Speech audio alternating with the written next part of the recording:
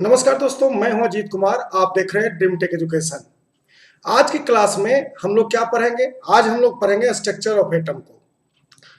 Class 9th के term 2 के exam के लिए ये चैप्टर बहुत ही इंपॉर्टेंट है। तो चलिए शुरू करते हैं। आज का जो टॉपिक है वो है structure of atom. Structure of atom का मतलब क्या होता है? देखो, कुछ तो बेसिकली चीज हम लोग जानते हैं। वो क्या है कि डाल्टन और महर्षि कर्नाद के मुताबिक हम लोग जानते हैं सर कि वैसा प्रत्येक चीज जो ऑक्युपाइड स्पेस करता हो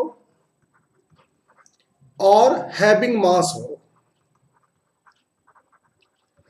इसको ऐसे समझिए, वैसा ऑब्जेक्ट जो कुछ ना कुछ जगह छेकता हो और जिसके पास कुछ ना कुछ वजन हो, उसको हम लोग मैटर कहते हैं। यानी मैटर वैसे चीजों को कहा जाता है सर जो कुछ ना कुछ जगह छेके और जिसके पास कुछ ना कुछ मास हो, यानी कुछ वजन हो। ठीक, तो इसको कहते हैं मैटर। बाद में बातें आई कि अगर इस मैटर को तोड़ा जाए, इस मैटर को अगर हम लोग डिवाइड कर दें, है ना, छोटे छोटे पार्ट में, तो वहां से जो स्मॉलेस्ट पार्टिकल्स निकलेगा, है ना, स्मॉलेस्ट पार्टिकल्स निकलेगा सर, वो क्या होगा? उसकी दो प्रॉपर्टी होगी। एक तो होगा अनकटेबल, मतलब कि उसको दोबारा नहीं काटा जा सकता, या उसी को कह सकते हैं कि क्या होगा सर? अनडिविजिबल होगा, है ना, उसको दो भागों में नहीं तोड़ा जा सकता। तो या तो उसको दो भागों में नहीं काटा जा सकता है या उसको दो भागों में नहीं बांटा जा सकता। तो इस तरीके से हम लोग इसके बारे में समझते हैं और ये जो कहलाता है इसी को हम लोग कहते हैं क्या? मैटर। अब ये जो मैटर है, ये किस तरीके से बना होता है, किस तरीके की इसकी फॉर्मेशन होती है, ये कैसे बनता है, इसको समझने के लिए हमें पढ़ना पड़ता है स्ट्रक्चर ऑफ एटम।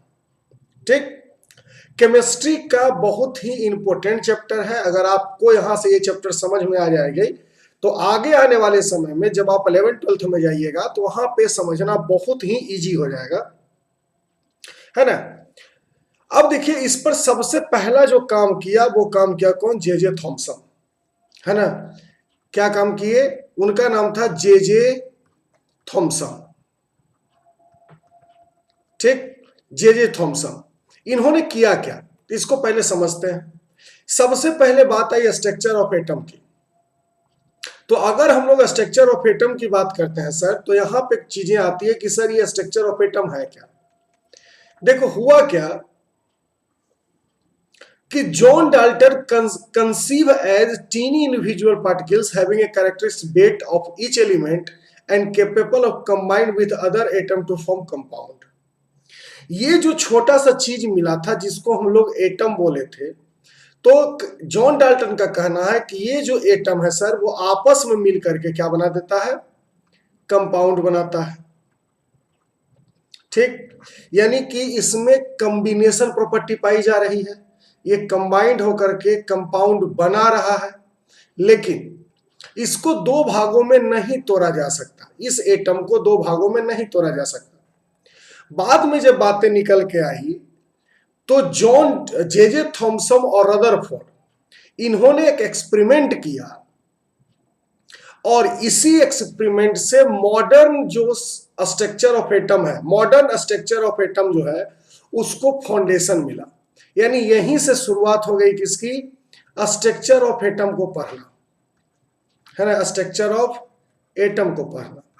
अब देखो, सबसे पहले क्या हो गया कि हम लोग जानते हैं कि ये जो एटम है सर, इसको तीन फंडामेंटल पार्टिकल्स में और तोड़ा जा सकता है। एक को बोलते हैं इलेक्ट्रॉन,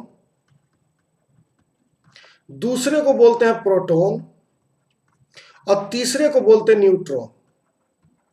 ठीक, एक को बोलते हैं इलेक्ट्रॉन, दूसरे को बोलते हैं प्रोटॉन और तीसरे को बोलते हैं न्यूट्रॉन। इलेक्ट्रॉन पर कॉमनली देखा जाता है निगेटिव चार्ज, प्रोटॉन पर होता है पॉजिटिव चार्ज और न्यूट्रॉन जो होता है वो न्यूट्रल इंचार्ज होता है, यानी ना तो पॉजिटिव होगा और ना ही निगेटिव होगा। ठीक, अगर इलेक्ट्रॉन का रिप्रेजेंटेशन की बात करें तो उसको ई माइनस से, प्रोटॉन को p प्लस से और न्यूट्रॉन को स्मॉल n से रिप्रेजेंटेट कर देते हैं। ठीक, अब कहना क्या था कि ये जो एटम है ना, ये जो आपको सेंटर पीस में एटम दिख रहा है ना, ये जो पूरा एटम है सर, इसको बेसिकली हम लोग कितने भागों में बांटे? तो पहला बांटे इलेक्ट्रॉन में, दूसरा बांटे प्रोटॉन में और तीसरा बांटे न्यूट्रॉन में। और जो सेंटर पार्ट होता है किसी भी एटम का उसको कहते हैं न्यूक्लियस। और सेंटर, देखो ये सेंटर पार्ट है, इसको न्यूक्लियस कहेंगे। और यहां से जो बाहर वाला पार्ट है इसको हम लोग कहते हैं extra nuclear part. Extra nuclear part, ठीक, तो इसको कहा जाता है एक्स्ट्रा न्यूक्लियर पार्ट। समझ गए? तो ये दो चीजें हमको समझ में आती है यहां से। अब यहीं से कंसेप्ट आता है डिस्चार्ज ट्यूब फेनोमेनन का। देखिए क्या है, यही जो डिस्चार्ज ट्यूब फेनोमेनन है इसी से बना है कैथोड रे, और इसी कैथोड रे को बाद में इलेक्ट्रॉन का नाम दिया गया। ठीक, चलिए, the nature and existence of electron in an atom was discovered by J Thomson in 1897। 1897 में सर जे थॉमसन जो थे इन्होंने इसका आविष्कार किया, और इन्होंने सबसे पहले बताया कि सर किस तरीके से हम लोग किसी भी मतलब हम लोग इलेक्ट्रॉन को किस तरीके से डिस्कवर कर सकते हैं। इसके लिए एक डिस्चार्ज ट्यूब फेनोमेनन किया गया। अब देखो डिस्चार्ज ट्यूब फेनोमेनन था क्या, इस तरीके का एक बॉक्स लिया गया जो कि कांच का बना हुआ था, और इसके लिए दो कंडीशन रिक्वायर्ड किए गए, एक तो प्रेशर और दूसरा करंट। दूसरा जो था वो क्या था? करंट था। प्रेशर जो है वो मिनिमम रखा गया। मिनिमम का मतलब 1 नहीं होता है या नन नहीं समझना। प्रेशर है सर, कितना है? तो बहुत कम है, 0.01 mm होगा। ठीक, या इसको 0.01 पास्कल कह सकते हो, इतना कम प्रेशर है। ठीक, दूसरा, इसको ऐसे क्यों बनाया गया? तो इसके अंदर का जो एयर है सर उसको हम लोग वैक्यूम पंप निकाल करके उसके अंदर के एयर को निकाल दिए, और इसके अंदर दो पोल बनाए। एक बनाए कैथोड, है ना, एक बनाए कैथोड पोल, ये देखिए आपका कैथोड पोल है, और एक बना अपना एनोड पोल। यहां पे कैथोड का मतलब निगेटिव पोल से होगा, और एनोड का मतलब पॉजिटिव पोल से होगा। ठीक, कैथोड का मतलब नेगेटिव पोल होगा और पॉजिटिव पोल का मतलब एनोड होगा। ठीक, अब जब इसमें हाई वोल्टेज का करंट प्रोवाइड करवाया जाता है तो दिखता क्या है सर कि निगेटिव से पॉजिटिव की तरफ एक रे आती है ना, निगेटिव से पॉजिटिव की तरफ एक रे आती है निकल करके। चूंकि ये रे निगेटिव से निकल करके पॉजिटिव की तरफ आ रही थी, या इसको ऐसे कह सकते हैं, चूंकि ये रे निगेटिव टर्मिनल से निकल करके पॉजिटिव टर्मिनल की तरफ आ रही थी, या इसको ऐसे भी कह सकते हैं, चूंकि ये रे कैथोड के तरफ से निकल करके एनोड की तरफ मूव कर रही थी, इसलिए इसका नाम रखा गया क्या? Cathode ray. क्या नाम रखा गया? Cathode ray. ठीक, अब इस कैथोड रे के बारे में बहुत सारे एक्सपेरिमेंट की बात है।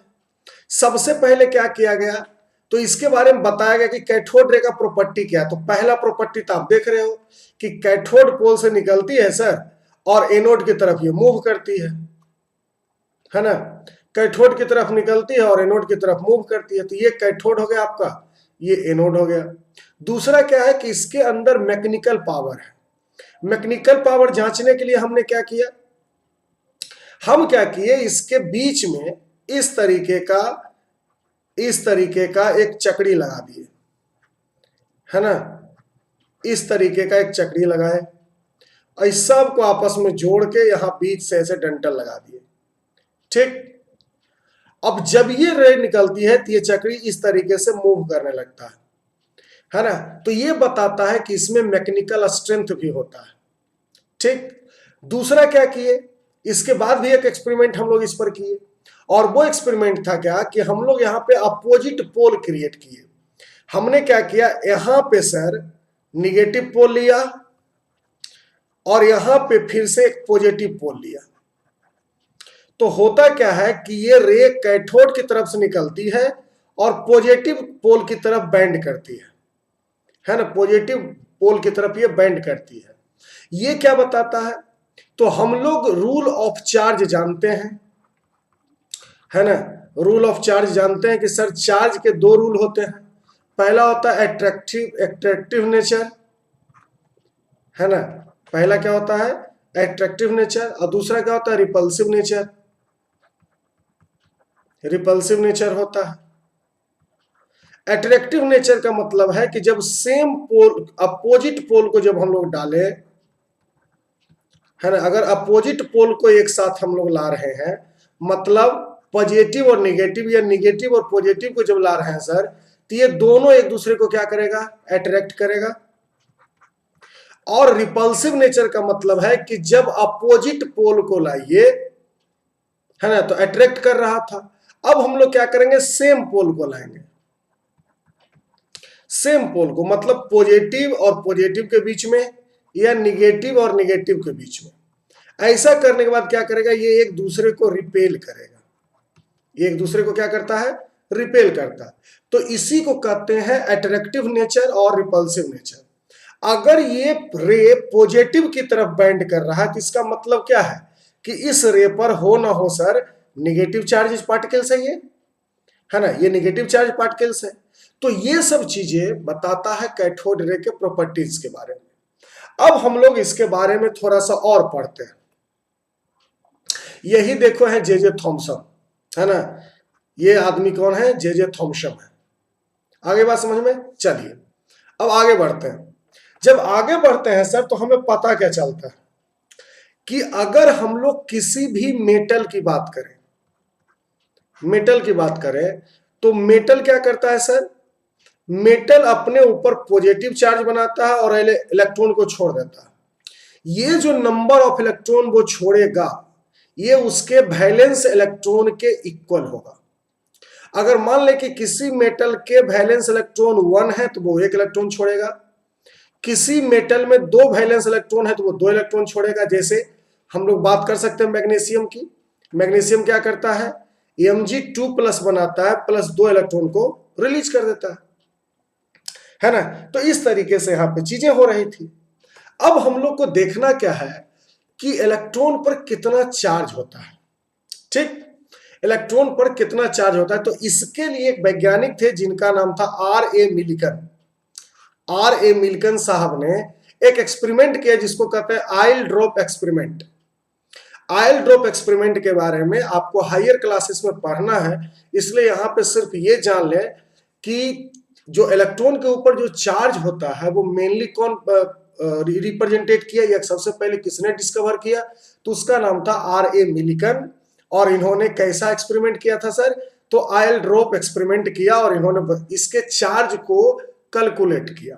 ठीक, कैलकुलेशन में क्या आया, कैलकुलेशन में आया कि इलेक्ट्रॉन पर जो टोटल चार्ज होता है वो कितना होता है, 1.6 इंटू 10⁻⁻19 कूलम, इतना चार्ज होता है ना। यही देखो है R.A. मिल्टन, है ना, ये कौन है, R.A. मिल्टन, ठीक, यही सज्जन है R.A. मिल्टन। तो इसमें क्या बताया गया सर कि 1.6 इंटू 10⁻⁻19 कूलम जो है इसके ऊपर चार्ज होता है ना। अब देखो कि अगर हम लोग को किसी का चार्ज कैलकुलेट करना है तो उसके लिए एक रेशियो लेना पड़ता है जिसको कहते हैं E/m रेशियो, है ना। यहां पे E का मतलब, है ना, जो E होगा उसका मतलब होता है चार्ज और m का मतलब होता है मास। इसको चार्ज बाई मास रेशियो भी कहते हैं, चार्ज बाई मास रेशियो भी कहते हैं, ठीक। तो इसी को हम लोग यहां पे क्या पढ़ेंगे, E/m रेशियो के फॉर्म में, ठीक। अब देखो E/m रेशियो की अगर हम बात कर दें, E/m रेशियो की अगर हम बात करें तो वो इलेक्ट्रॉन पर होता है 1.76 इंटू 10⁻11 कूलम पर kg। क्योंकि यहां पे देखो चार्ज किसमें मापा जाता है, कूलम में, और मास किसमें मापा जाता है, केजी में। तो इसका इसी तरीके से हम लोग यूनिट भी डालेंगे, ठीक। और इलेक्ट्रॉन पर कितना चार्ज होता है सर, इलेक्ट्रॉन पर चार्ज कितना होता है, तो 1.6 इंटू 10⁻⁻11 कूलम, ठीक। तो अगर हम लोग इसको इस तरीके से लिख दें, E/E/M रेशियो, E/E/M रेशियो, है ना, इलेक्ट्रॉन का जो चार्ज है वो, और E/M रेशियो ऑफ इलेक्ट्रॉन, अगर ये दोनों को कैलकुलेट करें तो क्या आएगा, देखो 1.6 इंटू 10⁻⁻11 बाई 1.76 इंटू 10⁻11 कूलम, यहां गलत हो गया है, 1.6 इंटू 10⁻⁻19 कूलम, ये कूलम हो गया, और ये क्या है, कूलम बाई केजी। तो सबसे पहले तो कूलम कूलम को कैंसिल कर दो, ठीक। अब देखिए ये पॉजिटिव में ये ऊपर जाएगा तो क्या होगा, निगेटिव हो जाएगा, है ना। इसको हम आगे वाले स्लाइड में देख लेते हैं। हमने क्या देखा है कि E/M रेशियो की अगर हम बात करते हैं सर, तो हमको क्या बता रहा है कि total charge on electron by E/M ratio of electron, इसको ऐसे भी लिख सकते हैं, है ना, टोटल चार्ज यानी charge of electron by E/M ratio of electron, ratio of electron, है ना। तो चार्ज ऑफ इलेक्ट्रॉन कितना दिया गया है, चार्ज ऑफ इलेक्ट्रॉन है 1.6 into 10⁻⁻19 coulomb by E/M ratio क्या निकल के आया था पिछले स्लाइड में, तो 1.76 into 10⁻11 coulomb, 11 coulomb per KG. तो सबसे पहले कूलम कूलम को कैंसिल करो, क्या हो जाएगा, 1.6 इंटू 10⁻⁻19, और ऊपर जाएगा तो ये -11 हो जाएगा, है ना। तो कितना हो गया जी, ये हो जाएगा -31, ठीक। और इसको डिवाइड करना है किससे, 1.76 से, ठीक।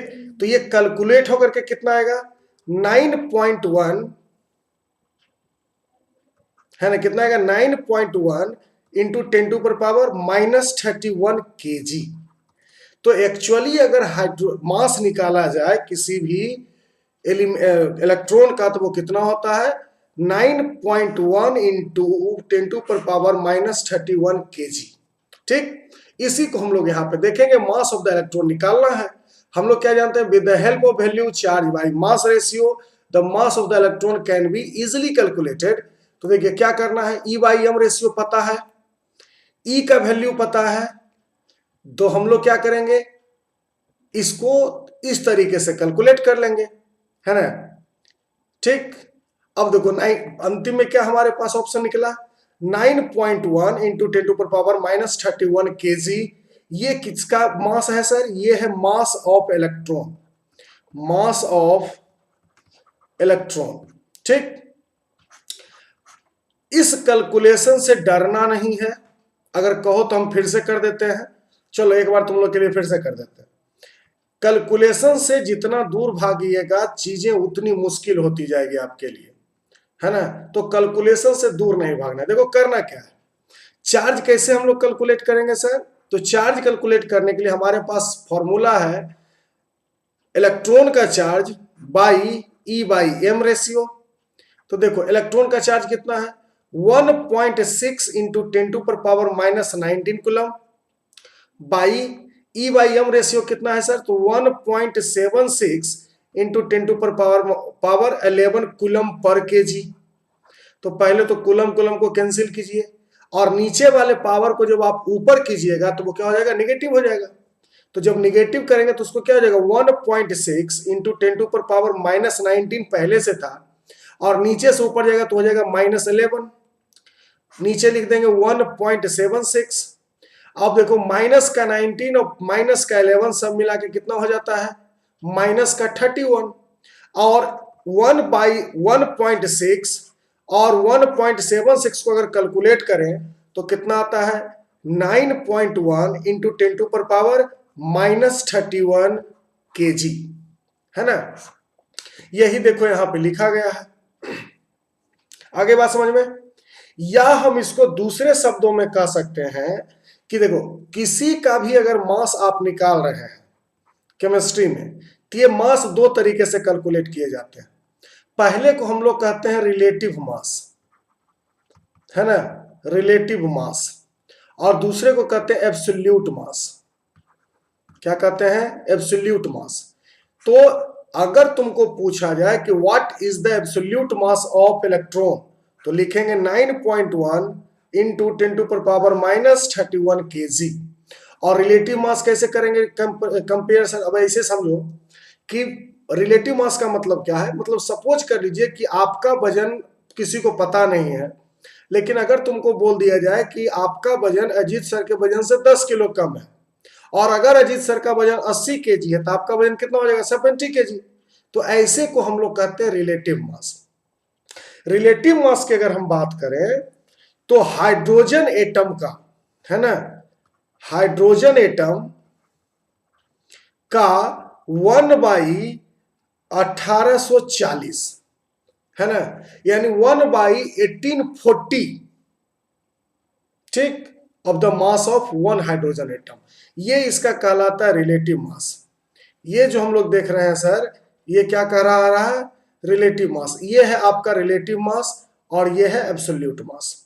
तो इस तरीके से हम लोग मास ऑफ इलेक्ट्रॉन को कैलकुलेट कर लेते हैं। इसके बाद आता है डिस्कवरी ऑफ प्रोटॉन, जिसके बारे में हम लोग अगले वीडियो में बात करेंगे। धन्यवाद। आपका दिन शुभ मंगलमय हो। इसी तरीके से हम आपको पूरे एक एक वीडियो का पूरा डिटेल्स देते जाएंगे, पूरे चैप्टर का। और हमारा यही उम्मीद है कि आपको ज़्यादा से ज़्यादा अच्छे तरीके से पढ़ाई मिलता रहे। और अगर आप मेरे चैनल पर नए हैं तो सबसे पहले हमारे चैनल को सब्सक्राइब कर लें, है ना। और अगर आप पहले से हमारे चैनल पे हैं तो हमारे चैनल को आप लाइक कर सकते हैं, ठीक। तो इस तरीके से हम लोग समझते हैं कि चीज़ें कैसे काम करती है ना। चलिए, मैं हूं अजीत कुमार। धन्यवाद, आप हमारे साथ जुड़े, आप हमारे वीडियो को लाइक कर रहे हैं, आप अपना सिलेबस पूरा करें। हम आपको पूरा सिलेबस करवाएंगे साइंस और सोशल साइंस का।